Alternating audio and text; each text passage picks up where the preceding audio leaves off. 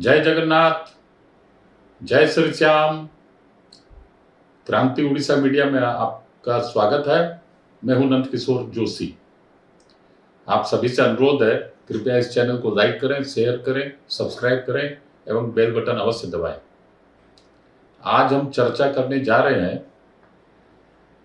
कल की केरल की एक प्रोसेसन की। कल केरल में एक प्रोसेसन निकला था मुस्लिम लीग का।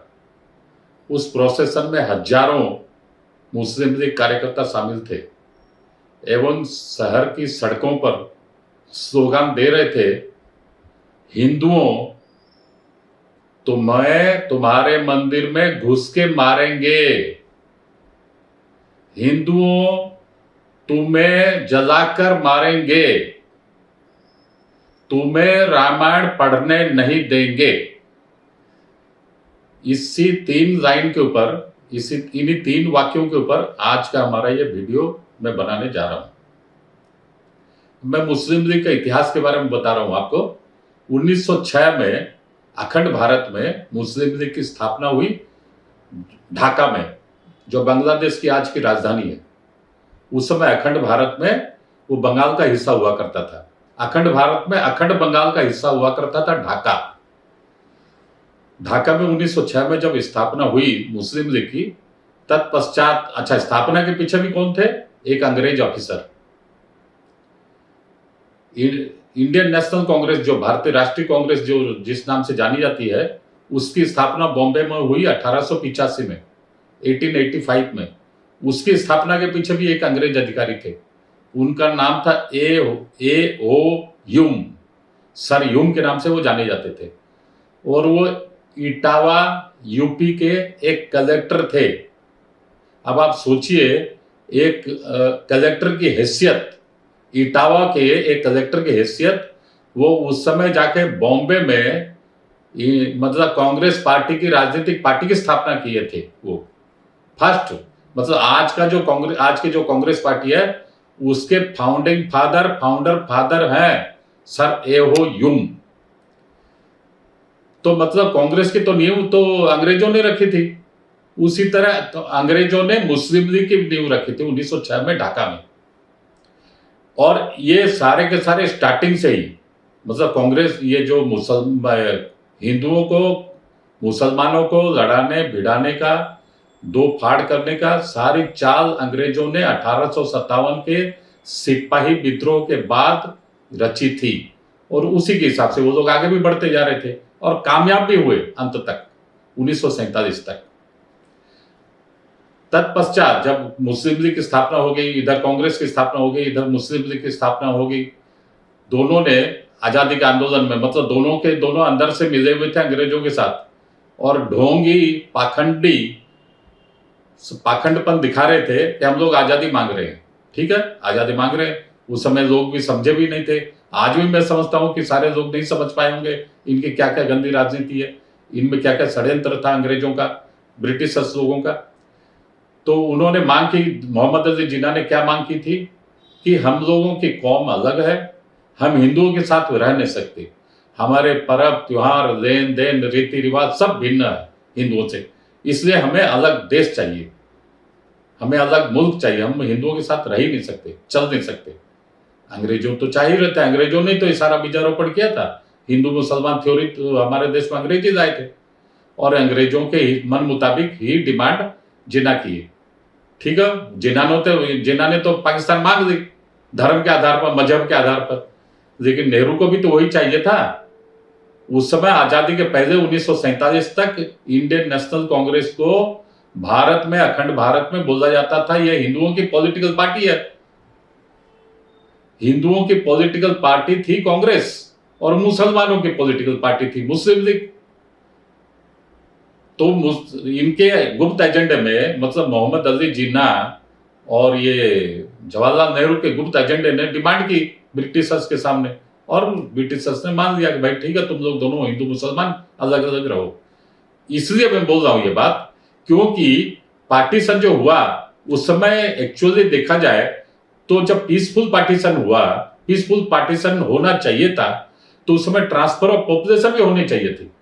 मतलब मजहब के आधार पर जिन्होंने पाकिस्तान मांगा, वो सारे मुसलमान अखंड भारत से पाकिस्तान चले जाते, और जो लोग हिंदू यहाँ रह जाते शेष भारत में, वो हिंदू रह जाते, वो पाकिस्तान में जो हिंदू थे उस समय वो हिंदुस्तान में आ जाते, और जो हिंदुस्तान में जो मुसलमान थे वो पाकिस्तान चले जाते। कहीं कोई खून खराबा नहीं होता, कहीं कोई लूटपाट, कोई छीना झपटी इत्यादि नहीं होने के चांसेस पूरी थी। लेकिन इन्होंने देश का बंटवारा भी किया, मुस्लिम लीग ने कांग्रेस के नेहरू के साथ मिलकर देश का बंटवारा भी किया, एवं खून खराबा भी हुआ, लाखों की संख्या में लोग बेघर हुए और हिंदू लाखों की संख्या में मारे भी गए। ये सारी हत्याओं के जिम्मेदार, पार्टीशन के जिम्मेदार समान रूप से मुस्लिम लीग भी है और कांग्रेस भी है। दोनों की मिलीभगत से यह काम हुआ है, नहीं तो पीसफुल ट्रांसफर ऑफ पॉपुलेशन होता दोनों में, कहीं कोई झमेला नहीं होता। इससे साफ साफ मालूम है कि नेहरू के वास्तव में इरादा कुछ अलग था। नेहरू सामने तो दिखते थे पंडित जवाहरलाल नेहरू, लेकिन वो अंदर ही अंदर एक्चुअली सारे के सारे मुस्लिम तुष्टिकरण की राजनीति करते थे। चाहे नाम उनका पंडित हो, लेकिन अंदर में तुष्टिकरण की राजनीति उनमें समाई हुई थी संपूर्ण रूप से। इससे साफ साफ मालूम होता है। दूसरी बात मैं एक और कहना चाहूंगा कि आज जो कांग्रेस वाले बोलते हैं, और इतिहास की पुस्तकों में भी लिखा है महात्मा गांधी के बारे में, father of nation Mahatma Gandhi, ठीक है, इतिहास भी उन्हीं कांग्रेसी सरकारों ने लिखवाई है, father of nation Mahatma Gandhi. हम भी मानते हैं, हम भी पढ़े हैं भाई स्कूल में इतिहास में, राष्ट्रपिता महात्मा गांधी। तो उन्हीं राष्ट्रपिता महात्मा गांधी वो पत्रकारिता भी करते थे जब कांग्रेस के नेता थे। उन्होंने एक मतलब अपना अखबार भी चलाया था, उस अखबार का नाम था यंग इंडिया। उस यंग इंडिया के संपादकीय में महात्मा गांधी ने 1925 फरवरी में लिखा था कि जिस हिंदू की संपत्ति पर, जिस सार्वजनिक संपत्ति पर, विशेषकर हिंदू की संपत्ति पर उन्होंने जोर दिया और लिखा, हिंदू की संपत्ति को जबरन कब्जा करना, छीनताई करना या मंदिर को कब्जा करना एवं उनके मंदिर के ऊपर जबरदस्ती मस्जिद का निर्माण करना और फिर वहां रोजा मतलब वहां आपका ये जो नमाज पढ़ना, ये सारे गैर कानूनी है, नियम बहिर्भुक्त काम है और ऐसा करना सरासर उचित है। और ऐसे जो हिंदुओं की जमीन को जबरन कब्जा करके वहां मस्जिद का जो निर्माण किया जाता है या किया गया है, उनको तुरंत गिरा देना चाहिए। ये बात 1925 में फरवरी में महात्मा गांधी ने अपने अखबार यंग इंडिया में लिखी है। अभी भी हम लोग देखते हैं यूसीसी के ऊपर जो डिबेट हो रहा है अभी भारत में, सारे जितने भी हमारे मतलब मुल्ला मौलवी साहब जो लोग सब डिबेट में हिस्सा ले रहे हैं, बोलते ना हम लोग तो इसलिए उस समय नहीं गए भारत को छोड़ के, हमारे पुरखे पाकिस्तान नहीं गए क्योंकि हमें गांधी जी बहुत प्रिय थे, हम गांधी जी को बहुत मानते थे और आज भी मानते हैं। अरे भैया, जिन गांधी जी को आप मानते थे, आपके पूर्वज भी मानते थे और आप भी मानते हैं। कांग्रेस वाले तो शुरू से ही बोल रहे हैं फादर ऑफ नेशन, राष्ट्रपिता गांधी। तो भैया उन्हीं गांधी जी के लेखनी है, ये संपादकीय है कि जबरन कब्जा किया हुआ हिंदू की संपत्ति पर या हिंदू मंदिरों पर मस्जिद का निर्माण नहीं होना चाहिए, और अगर हुआ तो उसे तोड़ देना चाहिए। तो अब आप अपने पिताजी की बात मानो ना। इधर तो आप फादर ऑफ नेशन बोल रहे हो और उनको बहुत आदर्श पुरुष मान रहे हो, पिता तुल्य मान रहे हो, और इधर आप उनकी बात सुन नहीं रहे हो। ये तो एक्चुअली मैंने दो तरफ की बातें जो है वो ठीक नहीं है, उचित नहीं है।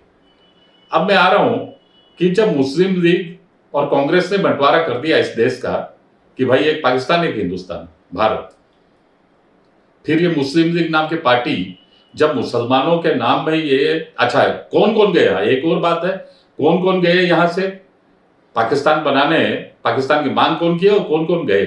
ज्यादातर गए जो पाकिस्तान का मान पाकिस्तान जो गए हिंदुस्तान छोड़कर, वो यूपी, एमपी और बिहार, ये 3 स्टेट से लोग ज्यादातर गए हैं पाकिस्तान में।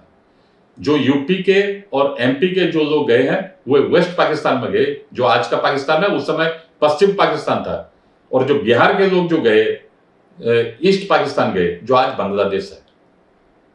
मतलब ये 3 स्टेट के लोग, मुसलमान लोग डिमांड किए थे पाकिस्तान की, और ये लोग मेजोरिटी उस समय, मेजोरिटी भी हम बोल सकते हैं, मेजोरिटी लोग छोड़ के चले गए। ठीक, अपना देश उनको बनाना था, बना दिए। तो फिर जब उनके मुस्लिम लीग की डिमांड के अनुसार उनको अंग्रेज बहादुरों ने पाकिस्तान बनवा दिया, वो पाकिस्तान भी चले गए जितने बड़े बड़े नेता थे उनके, जिन्ना समेत। तो फिर भैया हिंदुस्तान में मुस्लिम लीग का काम क्या? क्यों रही मुस्लिम लीग नाम की पार्टी हिंदुस्तान में? आज भी हमारे देश में मुस्लिम लीग पार्टी 2 जगह है, उनके एमएलए एमपी आज भी उनके एमएलए एमपी मिनिस्टर वगैरह हैं। वो 2 स्टेट कौन सी है? एक केरला, दूसरा तमिलनाडु। अब 1979 में 1979 में मुस्लिम लीग के एमएलए मोहम्मद कोया, वो आजाद भारत में पहले मुस्लिम लीग के मुख्यमंत्री भी बने हैं 1979 में। आज से 43 साल पहले की बात है। अब आप सोचिए, जब जिन लोगों ने मतलब मांगा पाकिस्तान, उनको पाकिस्तान मिल गया, उनके बहुत सारे लोग, 3 स्टेट के बहुत सारे लोग चले गए, फिर उस नाम की पॉलिटिकल पार्टी हिंदुस्तान में बची कैसे, जिंदा कैसे रही? और वो आज भी है और सक्रिय है और 2 स्टेट में सक्रिय है। अब कल की घटना मैं बता रहा हूं, कल उन्होंने केरल में, ये जो केरल में मुस्लिम लीग काफी एक्टिव है जी, और जो वहां पर एक होता है कि यूनाइटेड डेमोक्रेटिक फ्रंट और एक होता है left democratic front. United democratic front की बड़ी पार्टी होती है कांग्रेस और लेफ्ट डेमोक्रेटिक फ्रंट की बड़ी पार्टी होती है सीपीएम। यूनाइटेड डेमोक्रेटिक फ्रंट की जो पार्टी है कांग्रेस, उनके अलायंस पार्टनर है इंडियन यूनियन मुस्लिम लीग। और कल मुस्लिम लीग वालों ने केरल के बड़े शहर में प्रोसेसन निकाल के, हजारों की संख्या में उनके प्रोसेसन में लोग शामिल थे, और उन्होंने बारंबार नाराबाजी की वहां पर कि हिंदुओं तुम्हारे घर, तुम्हारे मंदिर में घुस के मारेंगे, हिंदुओं तुम्हें जला देंगे, जिंदा जला देंगे, हिंदुओं तुम्हें रामायण पढ़ने नहीं देंगे। ये 3 स्लोगान आजाद भारत के केरल में कल लगा है, ये 3 स्लोगान। अब मैं पूछता हूं, ये जो स्लोगान लगा, ये जो हमारे अभी राहुल भैया, राहुल गांधी, बूढ़े युवराज, ये जो घूम घूम के प्रचार प्रसार कर रहे हैं सेकुलर सेकुलर, जब आप तो अभी उस समय तो भारत की आजादी के पहले तो कांग्रेस को यहाँ पर हिंदुस्तान में, अखंड भारत में लोग बोलते थे हिंदुत्ववादी पार्टी बोलते थे, आप भी, लेकिन आप अंदर से थे सेकुलर, मतलब जवाहरलाल नेहरू थे अंदर से सेकुलर, या एंटी हिंदू भी मैं बोल सकता हूं। उनके सारे कर्मकांड, उनके सारे क्रियाक्रम सारे के सारे हिंदू धर्म विरोधी थे, मैं बता सकता हूं सारी बातें। तो उस समय, अब आप मान लीजिए आज भी वो लोग बोलते हैं कि हम सेकुलर पार्टी है, आजाद भारत में हम सेकुलर पार्टी है। अच्छा, आप तो सेकुलर पार्टी है। और अभी राहुल गांधी गए थे, अभी हाल में राहुल गांधी महीना भर पहले ही गए, जाके आए हैं अमेरिका, वहां पर उन्होंने सर्टिफिकेट दिया है मुस्लिम लीग पार्टी को, नहीं नहीं ये तो सेकुलर है। जिन मुस्लिम लीग ने यहाँ पर स्थापना के कभी भी सेकुलर की बात नहीं की, कभी हिंदू मुस्लिम एकता की बात नहीं की, उनका संविधान भी नहीं बोल रहा है, वो भी नहीं बोल रहे, तुम वहां जाके वहां पर बोल रहे हो अमेरिका में ना मुस्लिम लीग तो सेकुलर है। और अगर मुस्लिम लीग सेकुलर है या थी तो फिर उन्होंने पार्टीशन क्यों कराया, भारत का बंटवारा क्यों किया मजहब के आधार पर, धर्म के आधार पर? फिर तो होना ही नहीं था। आप आज बोल रहे हो सेकुलर, न जवाहरलाल नेहरू ने भी बोला सेकुलर, इंदिरा गांधी बोली सेकुलर, आप बोल रहे हो सेकुलर। आप तो सारे सेकुलरवादी हो, धर्मनिरपेक्ष हो, और आप ही सर्टिफिकेट दे रहे हो मुस्लिम लीग को कि वो सेकुलर पार्टी है। तो मुस्लिम लीग सेकुलर, कांग्रेस सेकुलर, जब आप दोनों ही सेकुलर थे और आज भी सेकुलर हो, तब आपने धर्म के आधार पर भारत को क्यों बांटा? मैं आपसे पूछ रहा हूं दोनों पार्टियों से, क्यों बांटा? आप तो दोनों ही सेकुलर थे, आराम से उस समय भी रहते थे, फिर बाद में भी रह सकते थे, आज भी रह सकते हैं। आपने धर्म के आधार पर, हिंदू मुस्लिम के आधार पर देश को बांटना ही नहीं चाहिए था। बांटना दोनों के लिए गलत है। आप तो बोल रहे हो कि सेकुलर है मुस्लिम लीग, और कल मुस्लिम लीग बोल रहे हैं कि हिंदुओं तुम्हें जला के मार देंगे, तुम्हें मंदिर में घुस के मारेंगे, तुम्हारे रामायण को जला देंगे, तुमको रामायण पढ़ने नहीं देंगे। ये सब स्लोगन था। और इंडियन नेशनल ये जो कांग्रेस है उनकी तरफ से कोई स्टेटमेंट नहीं है कंडेम करने के लिए, निंदा करने के लिए मुस्लिम लीग का स्लोगन को लिए। अब आप जो, मैं एक और बात बता रहा हूं, अभी जो हाल में बेंगलोर में आप लोग बैठक किए थे अपोजिशन पार्टी के, जो 22, 23, 24 पार्टी का आपका जो बैठक हुई थी, उसमें जो INDIA.N.D.I.A की जो पार्टी का जो गठबंधन का जो नाम आप दिए हो, वो गठबंधन में भी इंडियन यूनियन मुस्लिम लीग का एक नॉमिनी था। मतलब आज भी मुस्लिम लीग और कांग्रेस के अंदर में संपर्क चोजे दामन का साथ उस समय भी था, पार्टीशन के पहले भी था और आज भी है, साफ साफ दिखाई दे रहा है। तो आपको आपको तो चेहरा ऐसे ही, आपका चेहरे से तो नकाब ऐसे ही उतर जाती है। फिर आप किस किस मुंह से बोल रहे हो कि नहीं वो सेकुलर पार्टी है मुस्लिम लीग? जो लोग कल ही स्लोगान दिए हैं, एंटी हिंदू स्लोगान दिए हैं, हिंदू विरोधी स्लोगान दिए, खुलेआम दिए, हजारों की संख्या में दिए हैं, दुनिया भर का वीडियो मौजूद है, ज्यादा दिन का लंबा नहीं, 24 घंटा ही हुए इस बात को, और आप बोल रहे हो कि नहीं वो सेकुलर पार्टी है। तो इससे आपकी सब अच्छा शुरू दिन से मैं एक एक करके संक्षिप्त में बताऊंगा। महात्मा गांधी ने आजादी के पहले से बोली थी आजाद भारत का जो सरकार बनेगी उसका पहली कदम चलेगी गोहत्या बंदी के ऊपर, गोहत्या बंदी का कानून होगा भारत में। वो आज तक नहीं हुआ, 75-76 साल हो गया देश आजाद हुए। और ये जो नेहरू जी जो पहले प्रधानमंत्री थे, उनको जब जब कांग्रेस के ही नेता लोग जब याद कराते थे गोहत्या बंदी की बात, बहुत गुस्से में लाल पीले हो जाते थे। एक बार तो उन्होंने यहां तक कह दिया कि अगर ये कानून बनेगा तो मैं आत्महत्या कर दूंगा। बोलिए, ये बात आजादी के पहले बोले नहीं कि देश में गोहत्या बंदी का कानून नहीं बनाएंगे? ये जिस समय महात्मा गांधी बोले उस समय तुरंत काउंटर क्यों नहीं किए? जब देश खंड विखंड हो गया, देश आजाद हो गया, आप प्रधानमंत्री हो गए, आप उसके बाद में जब डिमांड हुआ पब्लिक से, आपके नेताओं से, तो आप बोल रहे कि मैं आत्महत्या कर लूंगा ऐसे कानून अगर आया तो। अब मैं इंदिरा गांधी की बात बता रहा हूं। इंदिरा गांधी के जमाने में, उनकी पुत्री है इंदिरा गांधी, केवल बीच में 18 महीने के लिए लाल बहादुर शास्त्री आए थे। इंदिरा गांधी के समय में भारत वर्ष में, मैं उस समय स्कूल में पढ़ता था, शायद 5वीं 6ठी क्लास में पढ़ता होगा या 7वीं में पढ़ता होगा, मुझे अच्छी तरह से याद नहीं है। उस समय पुरी के जो गोवर्धन पीठ है यहाँ जगन्नाथपुरी में, उनके शंकराचार्य जी ने 62-63 दिन का अनशन किया, लगातार अनशन किया कि गोहत्या बंदी हो। इंदिरा गांधी टस से मस नहीं हुई, झुकी नहीं। लास्ट में कुछ साधु संतों ने उनके चरणों में गिर के उनका अनशन टूटवाया। साधु संतों की लाखों की संख्या में एक रैली हुई थी दिल्ली की राजमार्ग के ऊपर, और इंदिरा गांधी ने पहले से भी बोल दिया अगर आओगे तो फिर गोली मारूंगी, सबको गोली मरवाऊंगी। और इंदिरा गांधी ने वैसा के वैसा किया। लाखों की संख्या में साधु संत दिल्ली की राजमार्ग पर, सड़कों पर उतरे थे गोहत्या बंदी कानून बनाने के लिए। और इंदिरा गांधी गुस्से में लाल पीला हो गई, और इंदिरा गांधी जब सीआरपी को बोली, दिल्ली पुलिस को बोली गोली चलाओ इनके ऊपर, वो लोग कोई गोली नहीं चलाए। तुरंत घंटों में मद्रास से, जो आज चेन्नई है, मद्रास से प्लेन भर भर के तमिलनाडु के पुलिस वालों को बुलाई, और उनके माध्यम से हिंदू साधु संतों पर, लाखों साधु संतों के ऊपर गोली चलवाई। हजारों वहां पर मरे, दिल्ली की सड़कें लाल हो गई। ये तो इनकी सेकुलर पार्टी इंदिरा गांधी की मैं बात बता रहा हूं आपको, शायद 1967 या 68 की बात है। मतलब इनके सारे शुरू से अगर आप इनका कर्मकांड देखें, सारे के सारे हिंदू धर्म विरोधी, हिंदुत्व विरोधी का काम किए ये लोग। अब मैं आ रहा हूं उनके सुपुत्र की बात, राजीव गांधी। उन्होंने तो 3 तलाक वाली बात सभी जानते हैं कि वो मतलब 3 तलाक में कैसे मुसलमान लोगों के मुजा मौलवी के चक्कर में आके 3 तलाक कानून बनाए, जो उसमें लाखों लाखों मुस्लिम बहनें बेटियां वो बेचारी मतलब उनका जीवन दुभर कर दिया इसी राजीव गांधी ने। जबकि सुप्रीम कोर्ट का जजमेंट था, मुसलमानों के बहनों के बेटियों के फेवर में सुप्रीम कोर्ट का जजमेंट था, मुजा मौलवी के चक्कर में आकर राजीव गांधी, नौ सिखे राजीव गांधी ने कानून पलट दिया और ऐसा कानून बनाया कि 3 तलाक कानून रह गया और उनको मुआवजे के तौर पर भी कुछ नहीं मिला। ऐसी इसी तरह का कानून था वो। ये तो गया राजीव गांधी की बात। अब मैं आ रहा हूं ये जो अभी नरसिम्हा राव के टाइम में, नरसिम्हा राव के टाइम आया वो, मतलब ये जो वर्सिप एक्ट की 1947 15 अगस्त तक जो जहां पर है वो वहीं पर रहेगा। उसी का तो झमेला भी काशी विश्वनाथ मंदिर और काशी विश्वनाथ मंदिर और ज्ञानवापी मस्जिद का चल रहा है।